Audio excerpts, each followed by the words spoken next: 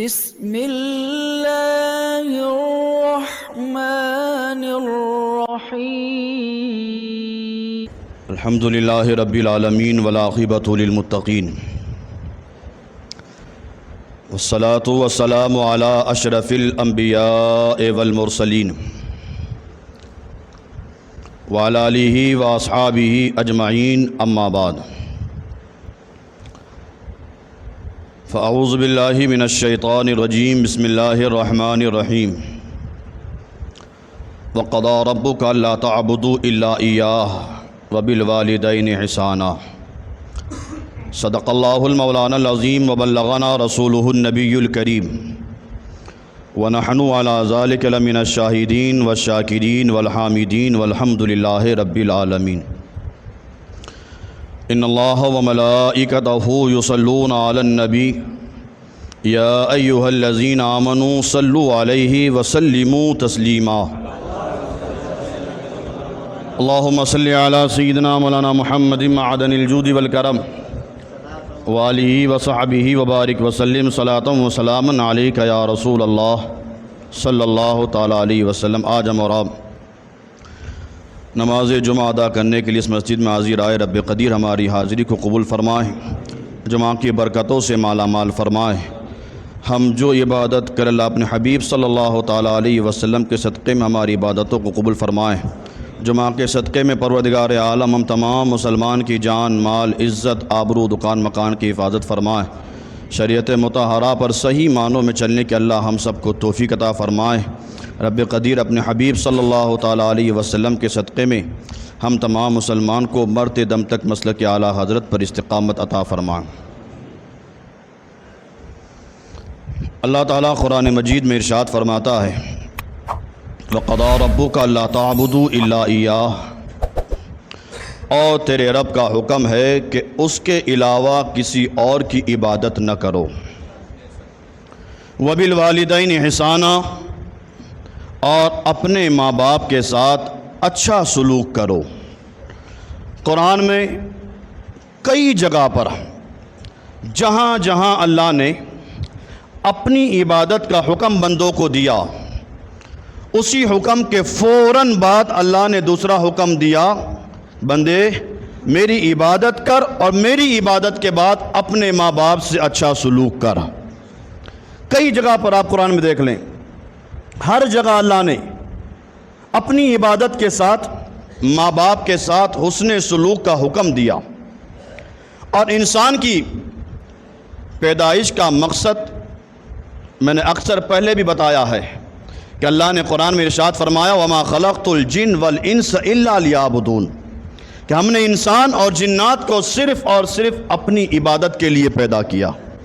انسان کی اس دنیا میں آنے کا مقصد کوئی اور چیز نہیں ہے۔ اللہ نے انسان کو جنات کو پیدا ہی اسی لیے کیا کہ اس زمین پر آنے کے بعد وہ اللہ کی عبادت کرے۔ اب انسان کی پیدائش کا مقصد جو ہے وہ مقصد دو طرح کا ہے، ایک حقیقی سبب ہے، ایک ظاہری سبب ہے۔ مقصد زندگی دو ہیں، حقیقی اور ظاہری۔ حقیقی سبب انسان کی پیدائش کا فقط اللہ کی عبادت ہے، حقیقی سبب اللہ کی عبادت، اور ظاہری سبب کہ اس دنیا میں آنے کے بعد انسان اپنے ماں باپ سے اچھا سلوک کرے۔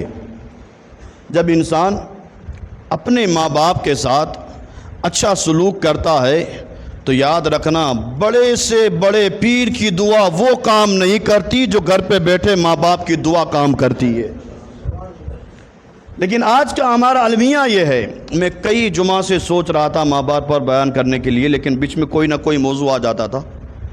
آج ہمیں افسوس ہوتا ہے، اکثر لوگ آتے ہیں میرے پاس، بوڑھے لوگ ہیں، بال پک چکے ہیں، اور آنے کے بعد جب وہ میرے سامنے کھڑے ہو کر جب رونے لگتے ہیں تو میرا دل بھی پیس جاتا ہے۔ معاف کیجئے گا، مائیں ہم میرے گھر تک چکر لگاتی ہے اور جا کر مجھ سے صرف ایک بات کہتی، مولانا آپ ایسے بیان کرتے ہو، کبھی ایسا بھی بیان کرو کہ ہمارا بیٹا ہماری بات تو سنے۔ یہ آپ کے پاس تقریر سننے والا، آپ کے پاس بیٹھنے والا، آپ کے سامنے تو اچھی اچھی بات کرتا ہے۔ میں ایک ماں کا درد بتا رہا ہوں، اس نے کہا مولانا آپ کے پاس بیٹھ رہا ہے, آپ سے باتیں کر رہا ہے, آپ سے پاس آنے کے بعد اچھی باتیں کرتا ہے, لیکن جا کر اس سے پوچھنا کہ کتنے مہینے ہو گئے تو نے اپنی ماں کا ہاتھ تک نہیں چوما ہے. ایسے لوگ ہمارے اندر موجود ہیں. ہم ادھر ادھر کے چکروں میں گھومے ہوئے ہیں, ادھر ادھر مولانا کے پاس. میں اکثر کہا کرتا ہوں میرے پاس آنے کی ضرورت نہیں, اگر ماں باپ گھر پہ موجود ہیں ماں باپ کی خدمت کرو, اللہ تمہیں وہ مقام دے گا جو کسی پیر کی دعا کام نہ دے گی, وہ ماں باپ کی دعائیں تمہیں کام دے گی. ماں باپ کوئی معمولی چیز نہیں ہے.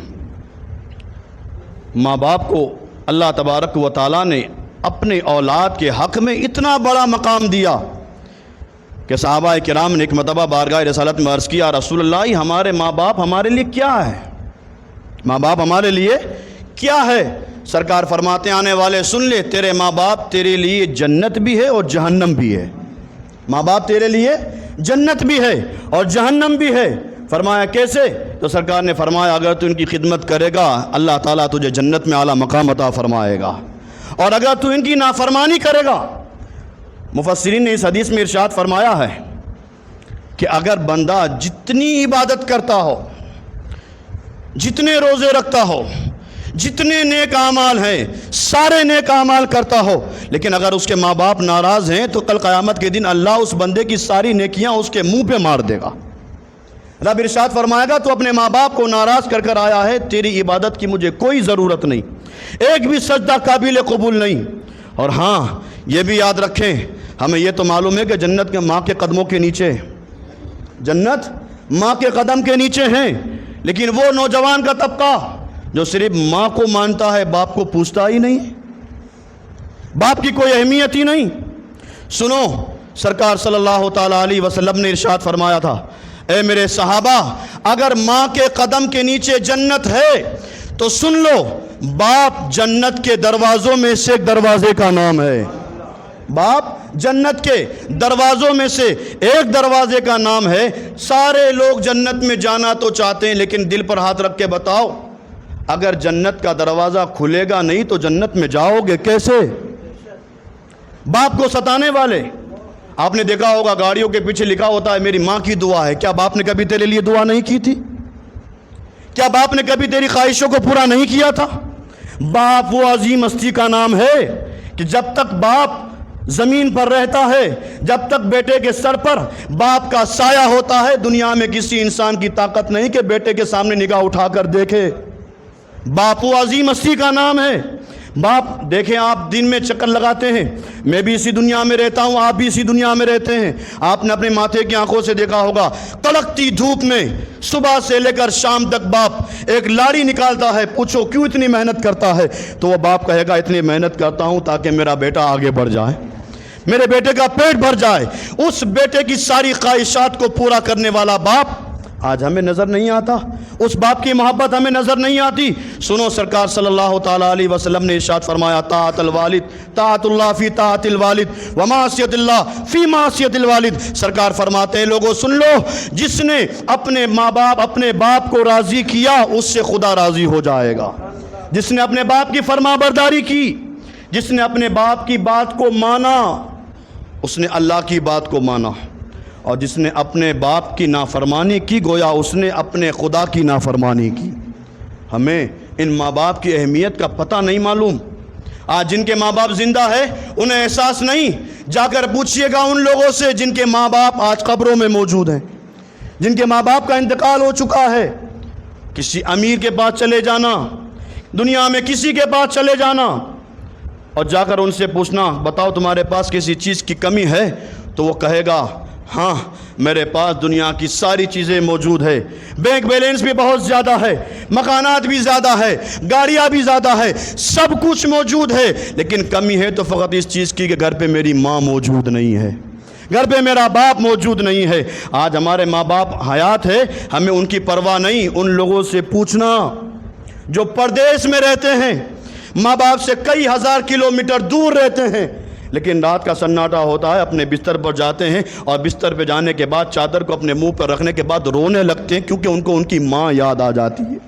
آج ہمارے ماں باپ زندہ ہے, ہمیں احساس نہیں. آؤ میں تمہیں بتاتا ہوں کہ ساری کائنات میں اللہ تبارک و تعالیٰ نے جس سے سب سے زیادہ فضیلت والا بنایا ہے وہ محمد رسول اللہ کی ذات ہے. ساری کائنات میں افضل کسی کو بنایا ہے تو وہ میرے سرکار کی ذات ہے. فتح مکہ کا دن، اور سرکار صلی اللہ تعالیٰ علیہ وسلم جب مکہ کی سرزمین پر فاتح کی حیثیت سے داخل ہوئے، 5-10 صحابہ نہیں، 10,000 صحابہ کا مجمع ہے. ایسے عالم میں سرکار صلی اللہ تعالیٰ علیہ وسلم جب تشریف لائے، سارے صحابہ استقبال کے لیے کھڑے ہو گئے. ایک ساتھ ایک آدمی کا استقبال 10,000 لوگ کریں تو منظر کیسا ہوتا ہے؟ سب کے سب کھڑے ہو کر استقبال کریں.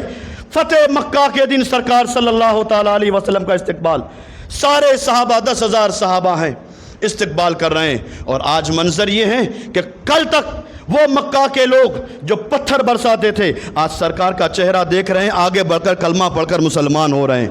ایسے منظر میں سرکار صلی اللہ تعالیٰ علیہ وسلم کی آنکھوں میں آنسو، سرکار رونے لگے. کسی کے اندر ہمت نہ ہوئی کہ سرکار سے پوچھے حضور آپ کی آنکھوں میں آنسو کیوں ہیں؟ یہ بات خود حضرت ابو ہریرہ نے بتائی کہ سرکار رو رہے ہیں. جب تھوڑے دیر کا افاقہ ہوا، یار غار مصطفیٰ حضرت ابوبکر صدیق بارگاہ رسالت میں آئے اور آ کر عرض کیا، رسول اللہ آج رونے کا دن تو نہیں تھا، آج رونے کا دن تو نہیں تھا، خوشی کا دن تھا. کل تک جو پتھر برسا رہے تھے آج کلمہ پڑھ کر مسلمان ہو رہے تھے. کل تک جس مکہ سے ہمیں نکالا گیا تھا، اسی مکہ میں آج آپ فاتح بن کر آئے ہیں. یا رسول اللہ آج تو خوش ہونے کا دن تھا، آج آپ کی آنکھوں میں آنسو کیوں آ گئے؟ سنو، سرکار صلی اللہ تعالیٰ علیہ وسلم نے ارشاد فرمایا، ابو بکر آج میں رویا اس لیے ہوں کہ آج مجھے میری ماں یاد آئی ہے. آج میں رویا اس لیے ہوں کہ آج مجھے میری ماں یاد آئی ہے. ایک نبی خاتم الانبیاء ہیں جن کے صدقے میں اللہ نے ساری کائنات کو بنایا ہے، وہ نبی فاتح مکہ بن کر آ رہے ہیں. اور مکہ میں آنے کے بعد ارشاد فرما رہے ہیں، میرے صحابہ ابو بکر آج تیرا نبی رویا اس لیے ہے کہ آج تیرے نبی کو اس کی ماں یاد آئی ہے، حضرت آمنہ یاد آئی ہے.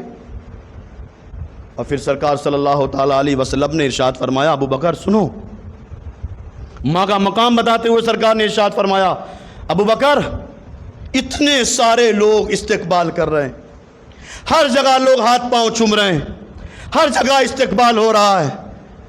اے ابو بکر ایسے عالم میں مجھے ماں کی یاد آئی فقط اس لیے کہ اگر میری ماں میرا یہ منظر دیکھتی تو میری ماں کتنا خوش ہو جاتی. ماں یہ منظر دیکھتی تو میری ماں کتنا مجھ سے خوش ہو جاتی. پھر سرکار نے ارشاد فرمایا، ابو بکر سنو، میں مصلی امامت پر ہوتا، میں مصلی امامت پر ہوتا اور یہ جتنے صحابہ ہیں سب مقتدی ہوتے.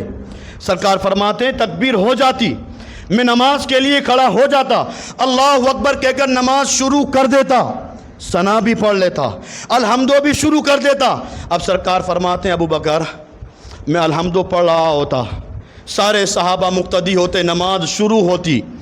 ایسے میں سرکار فرماتے ہیں ابو بکر قریب میں میری ماں کا گھر ہوتا، قریب کے گھر سے میری آواز دیتی، یا ابنی محمد، اے میرے بیٹے محمد ادھر آؤ. تو سرکار فرماتے ہیں قسم خدا کی میں نماز توڑ دیتا، ماں کی خدمت کے لیے چلا جاتا، نماز توڑ دیتا اور ماں کی خدمت کے لیے چلا جاتا. یہ ماں کا مقام تھا.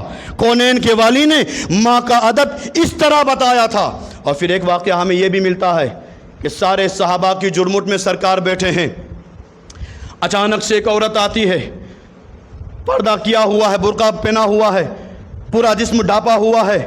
وہ عورت جب آتی ہے، کونین کے والی سرکار صلی اللہ تعالیٰ علیہ وسلم صحابہ کی جرمٹ سے اٹھتے ہیں اور اسی آنے والی عورت کے قریب جاتے ہیں اور سرکار اپنی نوری چادر کو زمین پر بچھاتے ہیں. وہ سرکار کی نوری چادر جو کل قیامت کے دن ہم گنہگاروں کے کام آنے والی ہے، وہ سرکار اپنی چادر کو زمین پر بچھاتے ہیں اور آنے والی عورت سے کہتے ہیں، اے عورت تو میری اس نوری چادر پر بیٹھ جا. کون سا مقام ہے یہ؟ سرکار کا مقام تو وہ مقام ہے جن کی بارگاہ میں بغیر اجازت کے سدرا کے مکین جبریل امین بھی نہیں آ سکتے، جن کی بارگاہ میں بغیر اجازت جبریل نہیں آ سکتے. وہ نبی اپنی چادر کو بچھاتے ہیں، آنے والی عورت کو اس پر بٹھاتے ہیں. اور پھر کتابوں میں بتایا جاتا ہے کہ وہ عورت جب اس چادر پر بیٹھتی ہے تو کونین کے والی ہاتھ باندھ کر اسی عورت کے سامنے بیٹھ جاتے ہیں، جن کے سامنے ساری دنیا کے لوگ ہاتھ باندھیں. وہ نبی اس آنے والی عورت کے سامنے ہاتھ باندھ کر بیٹھ جاتے ہیں، گھنٹوں گفتگو ہوتی ہے، وہ عورت گفتگو کرنے کے بعد جب چلی جاتی ہے تو صحابہ کرام نے ہاتھ باندھ کر عرض کیا، یا رسول اللہ یہ خوش نصیب عورت کون تھی؟ یہ تو مکمل پردے میں، کوئی پہچان نہ سکا۔ تو صحابہ نے عرض کیا، یا رسول اللہ یہ کون تھی جس کے لیے آپ نے اپنی چادر کو بھی بچھایا اور گھنٹوں وہ عورت گفتگو کرتی رہی، آپ اس کی بات سنتے رہے، ادب کے ساتھ آپ بیٹھے تھے، یا رسول اللہ بتائیے آنے والی عورت کون تھی؟ تو کونین کے والی سرکار نے ارشاد فرمایا، اے میرے صحابہ نہیں جانتے ہو یہ آنے والی عورت مجھے دودھ پلانے والی حضرت حلیمہ سعدیہ تھی۔ دودھ پلانے والی حلیمہ سعدیہ تھی۔ جب دودھ پلانے والی رضائی ماں حلیمہ سعدیہ کا اتنا مقام ہے تو پیدا کرنے والی حضرت آمنہ کا مقام کتنا بڑا ہو۔ سرکار کے پاس کسی چیز کی کمی نہیں تھی، لیکن سرکار نے اپنے ماں باپ کے ساتھ اس طرح سلوک بتایا ہے، اتنی محبت کر کے بتایا ہے۔ کہاں ہیں ہم؟ اسی سرکار کی امتی ہونے کا دعویٰ تو ہے، اسی سرکار سے محبت کرنے کا دعویٰ تو ہے، لیکن آج ہم ادھر ادھر تو ہیں۔ ماں گھر کے اندر سسک رہی ہوتی ہے، ماں گھر کے اندر بلک رہی ہوتی ہے۔ سنو، اگر دل کے اندر ایمان موجود ہے تو یہ سرکار کی حدیث میں آپ کو سنا رہا ہوں، سرکار نے ارشاد فرمایا، اے لوگو جنت کی خوشبو 1000 کی دوری سے آئے گی، جنت کی خوشبو 1000 کی دوری سے آئے گی، لیکن سرکار فرماتے ہیں جو ماں باپ کا نافرمان ہوگا وہ جنت میں جانا تو دور، جنت کی خوشبو کو سونگھ بھی نہیں پائے گا۔ جنت میں جانا تو بہت دور کی بات ہے، کسی پیر پر بات کر لینا کہ پیر ہمیں جنت لے جائیں گے، اگر ماں باپ ناراض ہے تو وہ پیر بھی تمہیں چھوڑ دے گا۔ یاد رکھنا، میری باتیں کڑوی لگتی ہے، لوگ کہتے ہیں مولانا ایسے بیان کرتے ہیں، ان کو ایسا نہیں بولنا چاہیے۔ سنو، میں آئینہ ہوں دکھاؤں گا داغ چہرے کے، آئینہ ہوں دکھاؤں گا داغ چہرے کے، جس کو برا لگے میرے سامنے سے ہٹ جائے، مجھے اس کی پرواہ نہیں ہے، لیکن بات وہی کروں گا جو سرکار نے ہمیں بتائی ہے۔ سرکار کا جو فرمان ہے وہ تم تک پہنچانا ہمارا کام ہے۔ اگر جنت میں جانا چاہتے ہو، ماں باپ کا ادب کرو، ماں باپ کی خدمت کرو، اور ماں کی دعا، ایک نبی کو بھی ماں کی دعا کی ضرورت ہے، ایک نبی کو ماں کی دعا کی ضرورت ہے۔ جب ایک نبی کو ماں کی دعا کی ضرورت ہے تو پھر امتی کو ماں کی دعا کی ضرورت نہیں ہوگی؟ ہمیں ضرورت نہیں ماں باپ کی دعا کی؟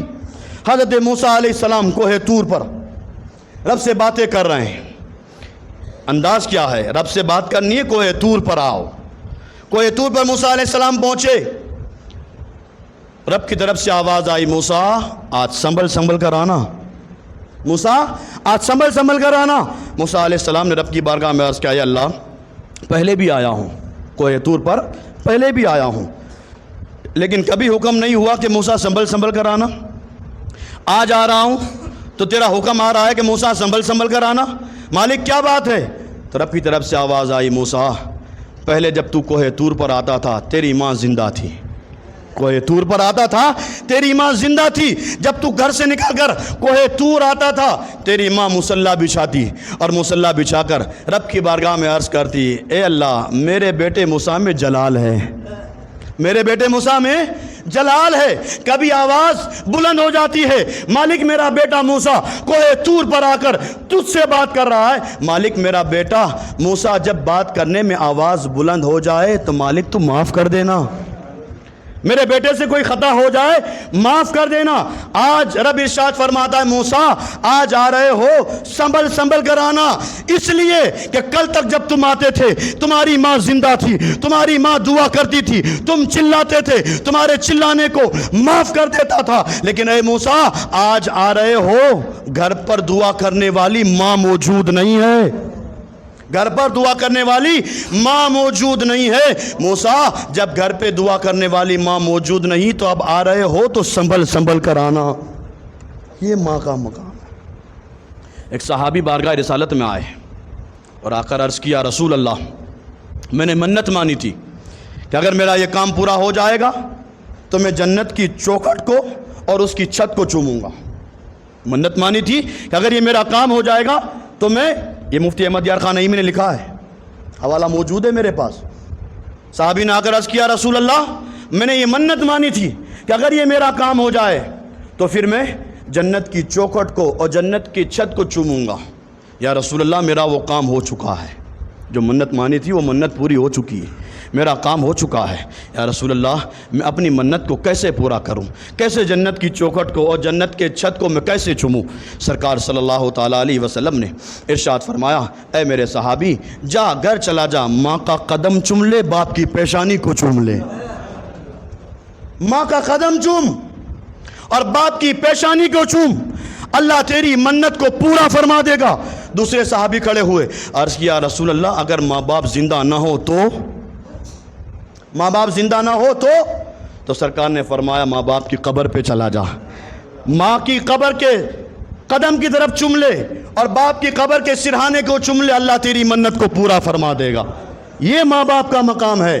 ماں جب دعا کرتی ہے تو پھر اللہ وہ کرم فرماتا ہے۔ نام سنا ہوگا آپ نے حضرت مخدوم ماہم کا، مخدوم علی ماہم کا نام سنا ہے کہ نہیں؟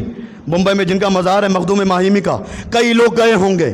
سنو، بڑے سے بڑے مقام، اکثر ولیوں کو بڑا مقام ملا، اکثر ولیوں کو بڑا مقام ملا ہے تو فقط ماں باپ کی دعاؤں سے ملا ہے۔ سلطان العارفین حضرت بایزید بستامی، وہ مقام ہے کہ سارے فرشتوں میں جو مقام جبریل کا ہے، روئے زمین کے سارے ولیوں میں مقام بایزید بستامی کا ہے۔ اسی بایزید بستامی سے پوچھو حضور یہ مقام کیسے ملا؟ فرماتے ہیں 12 سال جنگل میں عبادت سے وہ مقام نہ ملا جو فقط ایک دن ماں کی دعاؤں سے ملا۔ خواجہ قطب الدین بختیار کاکی، نام سنا ہے؟ میرے پاس اتنا وقت نہیں کہ تفصیل سے ان کے واقعات سناؤ۔ خواجہ قطب الدین بختیار کاکی نے، لوگوں نے پوچھا حضور آپ کو بھی اللہ نے اتنا بڑا مقام عطا فرمایا، کس لیے؟ خواجہ قطب الدین بختیار کاکی فرماتے ہیں کہ میں نے اپنے پیر و مرشد کی خدمت کی، لیکن اس سے زیادہ میں نے اپنی ماں کی خدمت کی تھی، ماں کی خدمت سے یہ مقام ملا۔ حضرت مخدوم علی ماہم کا مجھے واقعہ سنانا ہے، غور سے سنیے گا، دل و دماغ کو یہاں حاضر رکھ کے سنیے گا۔ حضرت مخدوم علی ماہم، دل کے اندر جذبہ تھا، بچپنے کا عالم ہے، ننھی سی عمر ہے، لیکن دل میں شوق ہے کہ میں علم دین حاصل کروں، علم حاصل کرنا ہے۔ لیکن علم حاصل کرنے کے لیے فرماتے ہیں میں نے ہر طرف نگاہ دوڑائی، لوگوں سے پوچھا، لوگوں نے بتایا یہاں سے دور تمہیں جانا ہوگا اور وہاں جا کر تمہیں علم کی پیاس کو بجھانا ہوگا۔ حضرت مخدوم علی ماہم سارے انتظام کرتے ہیں، سارے لوگوں سے پوچھتے ہیں اور پھر گھر آتے ہیں اور ماں کے سامنے ادب کے ساتھ بیٹھتے ہیں، اور ادب کے ساتھ بیٹھنے کے بعد حضرت مخدوم ماہمی عرض کرتے ہیں امی جان مجھے علم حاصل کرنا ہے، میں شریعت کا علم سیکھنا چاہتا ہوں، اگر اجازت ہو تو میں علم سیکھنے جاؤں۔ اور سے سننا، یہ وہ اللہ والے ہیں کہ اگر انہیں علم بھی سیکھنا ہوتا ہے تو پہلے ماں سے اجازت لیتے ہیں۔ ہم کہاں ہیں؟ ہم تو ایسے عمرہ پہ نکل جاتے ہیں، حج پہ نکل جاتے ہیں اور ماں گھر کے اندر بیمار ہوتی ہے، باپ گھر پہ بستر پر ہوتا ہے اور بیٹا ہر سال عمرہ پہ جاتا ہے۔ یاد رکھنا ہر سال عمرہ کی ضرورت نہیں، ماں اگر گھر کے اندر موجود ہے تو اس کی خدمت ضروری ہے۔ فَأَلْزِمْهَا، ایک صحابی نے بارگاہ رسالت میں آ کر عرض کیا رسول اللہ میں جہاد کرنا چاہتا ہوں، جہاد پہ جانا چاہتا ہوں، اپنی جان کو اسلام کے نام پر قربان کرنا چاہتا ہوں۔ سرکار نے آنے والے صحابی سے پوچھا اے صحابی یہ تو بتا کیا تیری ماں زندہ ہے؟ احیون والدہ کا، کیا تیری ماں زندہ ہے؟ اس صحابی نے عرض کہ ہاں یا رسول اللہ میری ماں زندہ ہے۔ تو سرکار نے فرمایا فَأَلْزِمْهَا فَإِنَّ الْجَنَّةَ عِنْدَ رِجْلِهَا، سرکار فرماتے ہیں اب تجھے جہاد میں جانے کی ضرورت نہیں، جا گھر چلا جا اپنی ماں کی خدمت کر، جہاد میں جانے کی ضرورت نہیں ہے، جا چلا جا اپنی ماں کی خدمت کر۔ لیکن آج ہم ہیں ایسے معاشرے میں کہ ماں باپ کو کوئی پوچھتا ہی نہیں، ماں باپ کا اولڈ ہاؤس میں بھیج دیتے ہیں۔ نوجوان موجود ہیں لیکن اپنی بہنوں کے گھر پہ ماں باپ کو بھیج دیتے ہیں اور کہتے ہیں ماں باپ ہم سے اب سنبھالے نہیں جاتے۔ ایک ماں باپ 5 بیٹے کو سنبھال سکتے ہیں لیکن 5 بیٹے مل کر ایک بوڑھے ماں باپ کو نہیں سنبھال پاتے۔ ایسے معاشرے میں ہم جی رہے ہیں، ہم کام کاج کر رہے ہیں، بزنس کر رہے ہیں، لوگ آتے ہیں مولانا بزنس کرتے ہیں، جو بھی بزنس کرتے ہیں وہ فیل ہو جاتا ہے۔ سنو قسم خدا کی جو بھی بزنس کرنے جاتے ہو اپنے بزنس میں اپنی ماں کا 1 روپیہ لگا دینا، کبھی بے برکتی نہیں ہوگی۔ اپنے بزنس میں ماں کا 1 روپیہ لگا دینا، برکت ہی برکت ہوگی۔ لیکن یہاں تو ماحول یہ ہے کہ ہم ماں باپ سے پوچھتے تک نہیں، ماں باپ سے اجازت تک نہیں لیتے۔ حضرت مخدوم علی ماہمی نے آ کر عرض کی امی میں علم سیکھنا چاہتا ہوں اور مجھے علم سیکھنے کے لیے دور جانا پڑے گا، ماں کیا مجھے اجازت ہے؟ ماں تھی، ماں نے کہا بیٹا اگر تو چلا جائے گا تو گھر کے کام کون کرے گا؟ اور کوئی موجود نہیں، تو چلا جائے گا گھر کے کام کون کرے گا؟ میں اکیلی ہو جاؤں گی، میرا کام کون کرے گا؟ میری دیکھ بھال کون کرے گا؟ میری خدمت کون کرے گا؟ بیٹا تمہیں اجازت نہیں ہے علم سیکھنے کے لیے دور جانے کی، تمہیں اجازت نہیں ہے۔ وہ حضرت مخدوم علی ماہیم تھے جو ماں کے سامنے اڑ نہیں گئے، سینہ تان کے کھڑے نہیں ہو گئے، ماں میرے کو تو نہیں بھیج رہی ہے۔ اور یہ یاد رکھنا، مشکات کی حدیث ہے، سرکار نے ارشاد فرمایا کہ اللہ تعالیٰ جو گناہ چاہے گا معاف کر دے گا، اللہ جو گناہ چاہے گا معاف کر دے گا، لیکن اگر کسی نے ماں باپ کا دل دکھایا ہوگا تو اللہ اسے معاف نہیں کرے گا۔ اگر کسی نے ماں باپ کا دل دکھایا ہوگا، یہ سرکار کی مشکات کی حدیث ہے، اللہ جو چاہے گا معاف کرے گا، لیکن اگر ماں باپ کا دل دکھایا ہے اللہ اس چیز کو معاف نہ کرے گا۔ حضرت مخدوم علی ماہیم سے ماں نے ارشاد فرمایا بیٹا اجازت نہیں ہے، تم علم حاصل کرنے دور نہیں جا سکتے۔ حضرت مخدوم علی ماہیم بیٹھ کے کہا کوئی بات نہیں۔ اب حضرت مخدوم علی ماہیم کو شوق تھا، ہمیشہ وہ دریا کنارے جایا کرتے تھے۔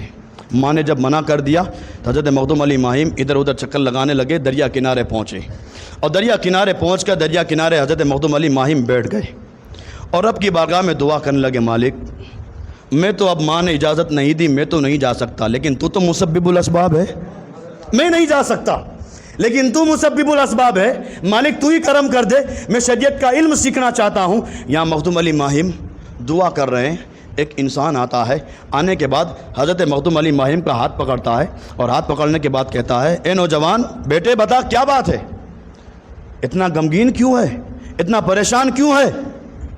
حضرت مخدوم علی ماہیم نے اس آنے والے انسان کو دیکھا، دیکھنے کے بعد کہا جاؤ یار کام کرو، میں اپنے کام میں کہا بتا تو صحیح کام کیا ہے؟ تو مخدوم علی ماہیم نے کہا میں علم حاصل کرنا چاہتا ہوں، علم سیکھنا جانا چاہتا تھا، ماں نے اجازت نہیں دی، اب میں یہاں بیٹھ کر اللہ کی بارگاہ میں دعا کر رہا ہوں۔ ابھی جب یہ بات ہوئی تو آنے والے انسان نے کہا اے مخدوم تمہاری دعا اللہ نے قبول فرما لی اور اللہ نے مجھے بھیجا ہے، اللہ نے تمہاری دعا کو قبول فرما لیا، اللہ نے اسباب بنا دیے اور اللہ نے مجھے بھیجا ہے۔ اور آنے والے نے کہا سنو مخدوم، اللہ نے تمہاری دعا کو قبول فرمایا اور دعا قبول فرما کر جب اللہ نے مجھے بھیجا ہے تو جان لو میں کوئی اور نہیں، میرا نام خضر ہے، میرا نام خضر ہے اور میں خضر ہوں اور آیا ہوں تمہیں علم سکھانے۔ تم علم سیکھنا چاہتے ہو، اللہ نے مجھے بھیجا ہے، اللہ نے اسباب بنا دیا، میں خضر ہوں، میں علم سکھانے آیا ہوں۔ مخدوم ماہیم نے اتنا سنا خوش ہو گئے۔ اب علم کا سلسلہ شروع ہوا، حضرت مخدوم علی ماہیم پڑھنے لگے، حضرت خضر پڑھانے لگے۔ جب پڑھا چکے تو جاتے جاتے حضرت خضر نے کہا مخدوم میں روزانہ اسی جگہ آؤں گا، روزانہ اسی جگہ آؤں گا اور روزانہ اسی جگہ میں تمہیں پڑھاؤں گا، لیکن ایک شرط ہے، آؤں گا روز پڑھانے لیکن شرط ہے۔ پوچھا کیا شرط ہے؟ حضرت خضر نے کہا میں پڑھانے آؤں گا لیکن کسی کو بتانا مت، میں پڑھانے آؤں گا کسی کو بتانا مت، اگر کسی کو بتا دیا تو دوسرے دن سے نہیں آؤں گا، نہیں بتاؤ گے تو روز آؤں گا، بتا دیا تو دوسرے دن سے آنا بند۔ اب حضرت مخدوم علی ماہیم روزانہ دریا کنارے آتے، اس کے بعد حضرت خضر آتے، آپ پڑھاتے، مخدوم علی ماہیم پڑھتے، پڑھنے کے بعد چلے جاتے۔ کئی دن کا عرصہ گزرا۔ ایک دن ماں نے پوچھا مخدوم روزانہ کہاں جاتے ہو؟ ماں نے پوچھ ہی لیا بیٹا کہاں جاتے ہو؟ اب فوراً دل کے اندر بات آئی اگر بتا دیتا ہوں تو خضر سے وعدہ ہوا تھا بتاؤں گا نہیں، اگر بتا دیا تو دوسرے دن سے خضر آئیں گے نہیں، اور اگر نہیں بتاتا ہوں تو ماں کی نافرمانی، اور ماں کی نافرمانی کرتا ہوں تو قیامت میں اللہ مجھ سے پوچھے گا تو میرے پاس کوئی جواب بھی نہیں۔ دل پریشان۔ ماں نے پوچھا بیٹا بتا روزانہ کہاں جاتا ہے؟ حضرت مخدوم علی ماہیم نے ہاتھ باندھ لیا، کہا ماں دریا کنارے جاتا ہوں۔ کہا کس لیے جاتے ہو؟ کہا ماں میں پڑھنے جاتا ہوں اور مجھے پڑھانے حضرت خضر آیا کرتے ہیں، پڑھنے جاتا ہوں پڑھانے حضرت خضر آیا کرتے ہیں۔ ماں نے سنا، ماں خوش ہو گئی، کہا بیٹا اللہ نے تجھے وہ مقام دیا کہ خضر تجھے پڑھانے آتے ہیں، بیٹا اتنا بڑا مقام کہ خضر تمہیں پڑھانے آتے ہیں۔ ماں خوش ہوئی، اور ماں خوش ہوئی تو ماں کے آنکھوں سے خوشی کے آنسو بھی نکلے، میرے بیٹے کا اتنا بڑا مقام۔ ماں جب رونے لگی حضرت مخدوم بھی روئے، حضرت مخدوم روئے تو ماں نے پوچھا بیٹا تم کیوں روئے؟ میرے تو یہ خوشی کے آنسو ہے، تم کیوں روئے؟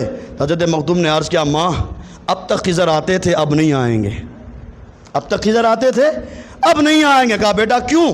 کہا ماں حضرت خضر نے مجھ سے وعدہ کیا تھا کسی کو بتانا مت، بتاؤ گے نہیں تو روز آؤں گا، بتا دو گے دوسرے دن نہیں آؤں گا۔ ماں اب تک میں نے کسی کو نہیں بتایا تھا، خضر روزانہ آتے تھے مجھے پڑھانے کے لیے، ماں آج میں نے تمہیں بتا دیا ہے تو وعدہ پورا ہو چکا ہے، اب کل سے خضر نہیں آئیں گے۔ ماں اب حضرت خضر نہیں آئیں گے تو یہ میری آنکھوں میں آنسو آ گئے ہیں۔ ماں نے کہا بیٹا گھبرا مت، ماں تھی، سنو ماں کتنی بڑی عظیم ہستی کا نام ہے۔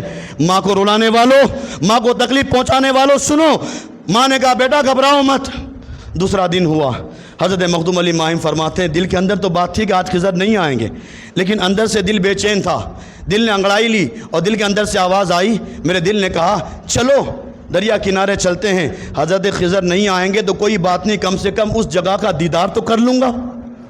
حضرت خضر نہیں آئیں گے کوئی بات نہیں، لیکن جس جگہ وہ بیٹھا کرتے تھے اس جگہ کا تو میں دیدار کر لوں گا۔ حضرت مخدوم علی ماہم فرماتے ہیں روزانہ میں جب پڑھنے جاتا تھا میں پہلے جاتا تھا، حضرت خضر بعد میں آتے تھے۔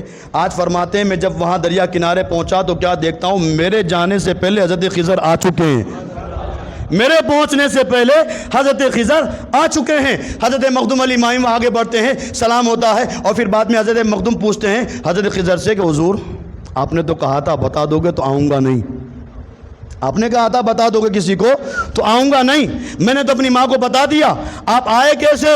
حضرت خضر نے کہا مخدوم آج پڑھانے آیا بھی نہیں ہوں، آج پڑھانے آیا بھی نہیں ہوں، روز پڑھانے آتا تھا آج پڑھانے آیا بھی نہیں ہوں۔ حضرت مخدوم نے ہاتھ باندھ لکھا حضور تو پھر کس لیے آئے؟ جو مقصد تھا اس مقصد کے لیے آپ آئے نہیں ہو تو آئے کس لیے؟ حضرت خضر نے ارشاد فرمایا اے مخدوم روزانہ میں پڑھانے آیا کرتا تھا، کل تو نے اپنی ماں کو یہ راز بتا دیا، تو رونے لگا، تیری ماں نے اللہ کی بارگاہ میں ہاتھ اٹھا دیے، تیری ماں نے اللہ کی بارگاہ میں ہاتھ اٹھائے، اور جب تیری ماں نے اللہ کی بارگاہ میں ہاتھ اٹھائے تو اللہ نے مجھے حکم دیا اے خضر روزانہ مخدوم کو پڑھانے جاتے تھے، کل پڑھانے مت جانا، جتنا علم تمہارے سینے میں موجود ہے سارا علم مخدوم کے سینے میں ڈال کر آنا۔ آج فرماتے میں پڑھانے نہیں آیا ہوں، آج میں پڑھانے نہیں آیا ہوں مخدوم، آج میرے سینے میں جتنا علم ہے سارا علم انڈیلنے آیا ہوں، سارا علم سکھانے ایک ہی ساتھ سکھانے آیا ہوں۔ اور فرمایا اتنا بڑا مقام تجھے جو کچھ ملا ہے تیری ماں کی دعاؤں سے ملا، یہ ماں کا مقام ہے۔ صاحبو اگر ماں حیات ہے تو ماں کی خدمت کرو، باپ کی خدمت کرو، ماں باپ کے ساتھ حسن سلوک کرو۔ اللہ نے متعدد جگہ میں قرآن میں ارشاد فرمایا ہے کہ جہاں اللہ کی عبادت کا حکم ہے اسی عبادت کے ساتھ متصل دوسرا حکم ہے کہ اپنے ماں باپ کی خدمت کرو، ماں باپ کے ساتھ بھلائی کرو، ماں باپ کے ساتھ بھلائی کرو گے اللہ تبارک و تعالیٰ تمہارے اعمال کو نہیں دیکھے گا، ماں باپ کی خدمت کے صلے میں تمہیں جنت عطا فرمائے گا۔ اور اگر ساری عبادتیں موجود ہے ماں باپ کی خدمت موجود نہیں، اللہ ساری عبادتوں کو تمہارے منہ پہ مار دے گا۔